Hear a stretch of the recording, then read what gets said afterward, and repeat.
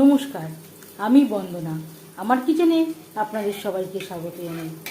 আবারও এসে হাজির হয়েছি ধোসার একটি রেসিপি নিয়ে। দেখে নেওয়া যাক আজকের এই রেসিপিটি।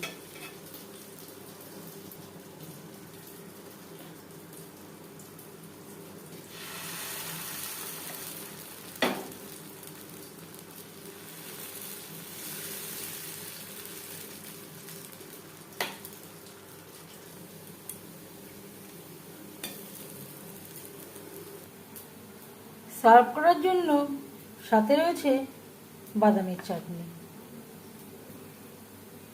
দেখে নেওয়া যাক আজকের এই রেসিপিটি। ধোসা তৈরি করার জন্য এখানে আমি নিয়েছি ছোটো দানার 1 কাপ সেদ্ধ চাল, আর লাগছে 1 কাপ আতপ চাল, 1 কাপ বিউলির ডাল বা খোসা ছাড়ানো মাসকলাইয়ের ডাল। আপনারা চাইলে আলাদা করে ভিজিয়ে রাখতে পারেন। আমি একসাথেই আমি পরিষ্কার করে ধুয়ে নেব, তারপর 3-4 ঘন্টা ভিজিয়ে রাখবো। আতপ চাল, সেদ্ধ চাল ও ডাল বেশ ভালো করে ধুয়ে নিয়েছি। আপনারা চাইলে আলাদা করেও ভিজিয়ে রাখতে পারেন। আমি একসাথেই ভিজিয়ে রাখলাম। পরিষ্কার করে ধুয়ে নেওয়ার পরে পরিষ্কার জল দিয়ে ভিজিয়ে রাখবো।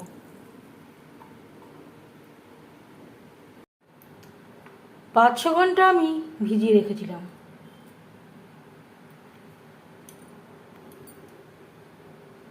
ভিজিয়ে রাখার পরে আমি আবারও ধুয়ে নিয়েছি আর পরিষ্কার জল অ্যাড করেছি। এবার আমি মিক্সচারের একটা জারে নিয়ে নেব।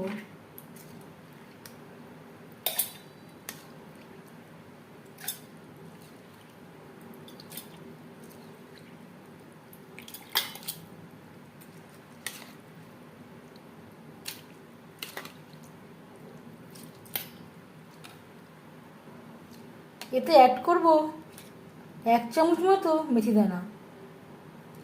এটা আমি আলাদা করে ভিজিয়ে রেখেছিলাম, আমার কাছে আগে থেকেই ভেজানো ছিল।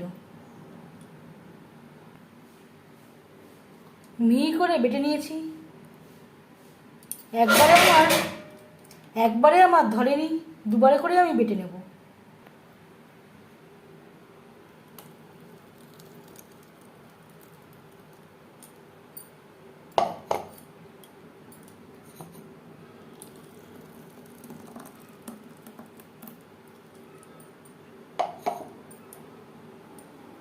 আর দিয়ে দেবো মিক্সচারের জারটা ধুয়ে জল।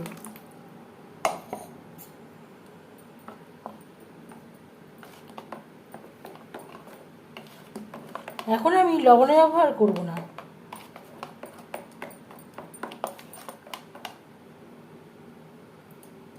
একটা গরম জায়গায় ঢাকনা চাপা দিয়ে 7-8 ঘন্টা ফার্মেন্ট হওয়ার জন্য রেখে দেব।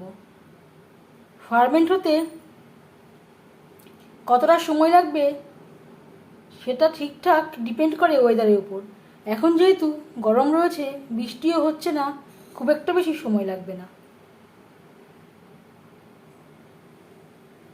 8 ঘন্টা পর ফিরে আসছি।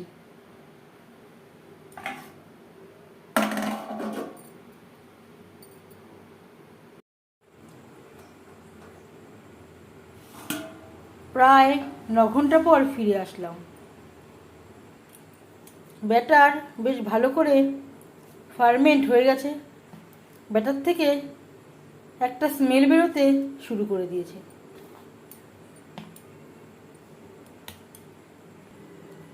ধোসার সাথে সার্ভ করার জন্য আর লাগছে বাদামের চাটনি। এখানে আমি চিনেবাদাম ড্রাই রোস্ট করে নেওয়ার পরে খোসা ছাড়িয়ে নিয়েছি। এতে অ্যাড করব স্বাদ অনুযায়ী কাঁচা লঙ্কা আর রসুন, আর দিয়ে দেব নারকেল। নারকেল আমি ছোটো ছোটো টুকরো করে নিয়েছি পেস্ট করবার সুবিধার জন্য। অল্প অল্প করে জল দিয়ে এর একটা পেস্ট তৈরি করে দেব।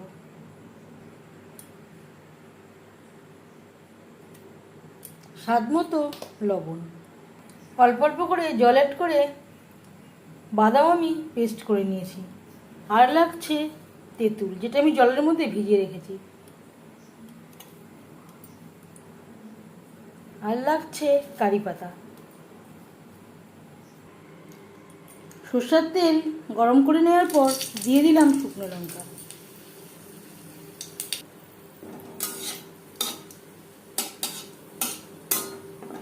লঙ্কা ভেজে নেওয়ার পর দিয়ে দেবো কালো সর্ষে।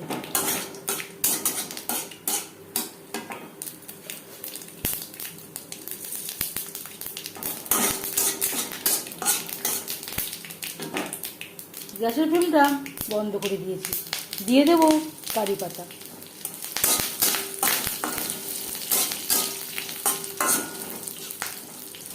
কড়াই যে গরম আছে তাতেই হয়ে যাবে।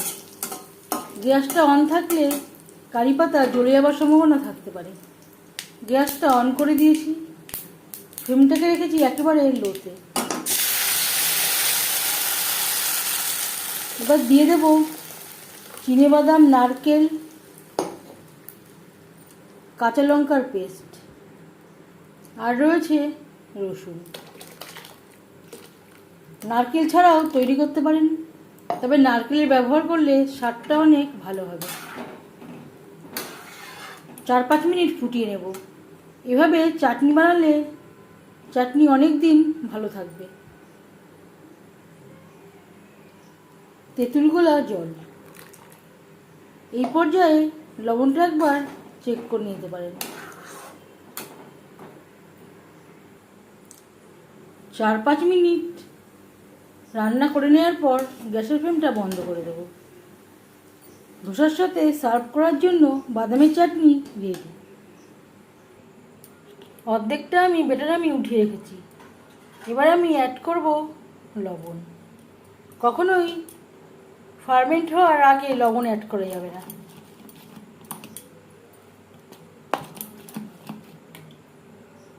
একটা ননস্টিকের তাওয়া গরম করে নিয়েছি। খুবই সামান্য পরিমাণে তেল এইভাবে পেপারের সাহায্যে লাগিয়ে নেব। ব্যাটারটা একটু ঘন মনে হচ্ছে, দিয়ে দেব সামান্য পরিমাণে জল।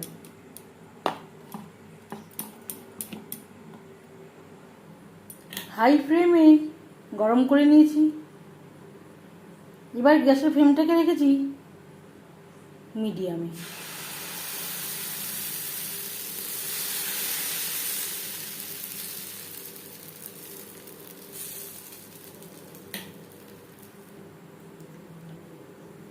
ড্রাই হয়ে আসা পর্যন্ত অপেক্ষা করব।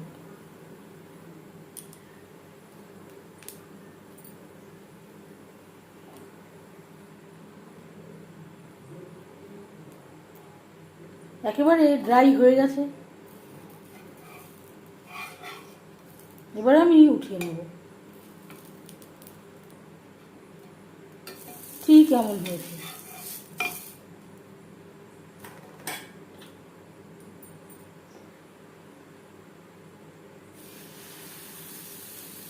তৈরি করতে করতে যদি ব্যাটারটা ঘন হয়ে যায়, সামান্য পরিমাণে জল অ্যাড করে নিতে পারেন। হাই ফ্লেমে তাওয়াটাকে গরম করে নিতে হবে, আর তৈরি করার সময় গ্যাসের ফ্লেমটাকে রাখতে হবে মিডিয়ামে। একেবারে হাইতে রাখা যাবে না।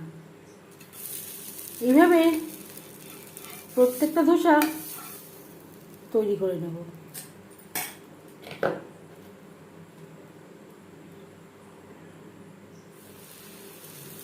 এবার আমি একটু বড় সাইজের তৈরি করছি। 2 হাতা করে ব্যাটার নিয়ে নেব।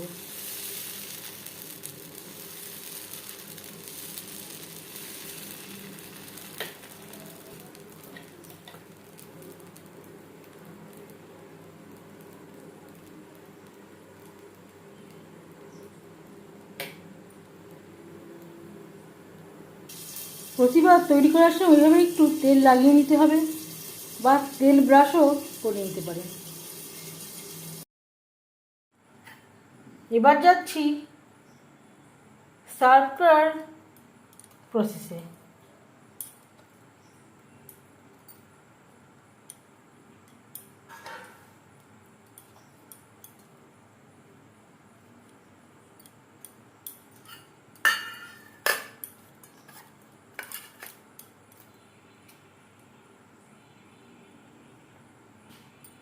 সাথে থাকছে বাদামের চাটনি। আপনারা ইচ্ছে অনুযায়ী যে কোনো চাটনির সাথে সার্ভ করতে পারেন, সাম্বারের সাথেও সার্ভ করতে পারেন, তবে আমার বাদামের চাটনির সাথেই সার্ভ করতে বেশি ভালো লাগে। আমি এভাবেই খেয়ে থাকি। ধোসার রেসিপিটি কেমন লাগলো অবশ্যই জানাবেন কমেন্টের মাধ্যমে। যদি এই রেসিপিটি ভালো লেগে থাকে লাইক করবেন, শেয়ার করবেন, সাবস্ক্রাইব করবেন আমার চ্যানেলটিকে, বেল আইকনটা প্রেস করে দেবেন। যখন আমি নতুন ভিডিও আপলোড করব তার নোটিফিকেশান সবার আগে আপনার কাছে পৌঁছে যাবে। আপনারা সবাই অনেক অনেক ভালো থাকবেন। এই ভিডিওটি দেখার জন্য ধন্যবাদ।